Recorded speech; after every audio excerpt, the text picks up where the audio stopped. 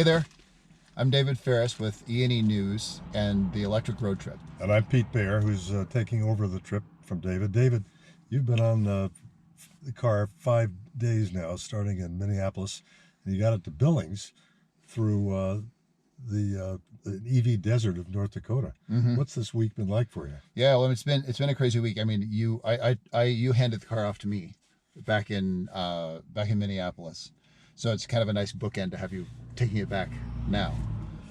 Thanks for the weather. Yeah, I mean, as you can see, there's some snow. So we hear a lot about range anxiety with EVs. Did you ever get into range fear, range terror, where you say, "Am I going to get there or not?" I absolutely experienced range terror. It happened not long after I left you.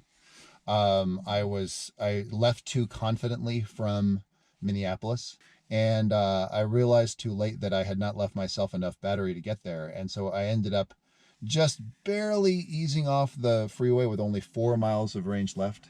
The dash indicators were flashing at me, find a charging station right now, battery almost empty. DEFCON 3. DEFCON 3, exactly. And so I finally cruised into one of the only places in town to charge, which was a brewery, Fergus Brewery. And if you're going to have to spend several hours charging somewhere, it might as well be at a brewery. So that was tough. So you met some of the EV owners in the state, am I right? I did. In Dickinson, which is on the western side of the state, I met with the biggest cluster of Tesla enthusiasts. That's not a large group. I'm in a state with only 144 EVs. Maybe 100 of those are Teslas, and there are 6 Teslas in the whole city. I met 4 of the 6. The politics of EVs in North Dakota are far more surprising and fluid than I expected them to be. When I was in Bismarck, I charged my car overnight at the Lignite Energy Council, which is the That's not the first place you'd look for a charging station. No, you wouldn't. It's lignite. It means coal. It's a kind of coal that they produce in North Dakota, and it's Lignite Energy Council is the biggest coal advocacy group in the state. North Dakota is a very energy-rich state, and you can see that even if you're driving on Interstate 94, like I did all the way across the state. I stopped and I visited a wind farm.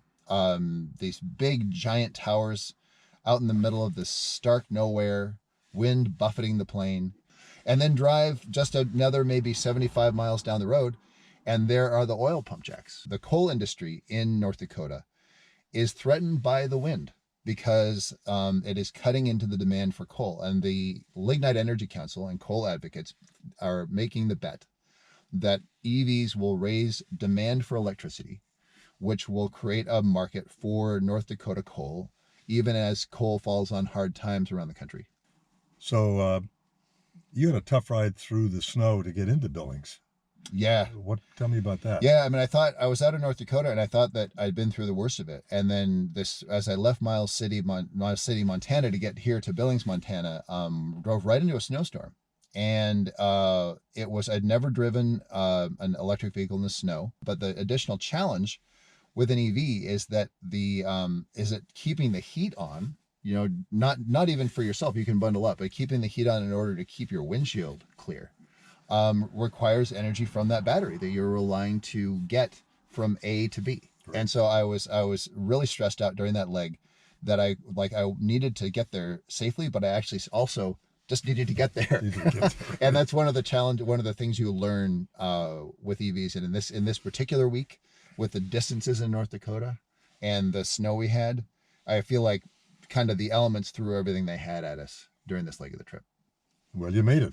Made it. And now we're going to have another investigation of what the elements right. And so going this through the Rockies and the EV. Exactly. And so this week, Pete and his wife Marty, who hopefully you'll get to meet or at least see on a camera shot somewhere, are heading through the Rockies, and then about Seattle time, about a week from now, we're gonna pass this back off again, right? That's the plan. Okay, great. Well, Pete, best of luck on your next journey. Okay. And I'll see you on the other side. Thanks for getting it this far.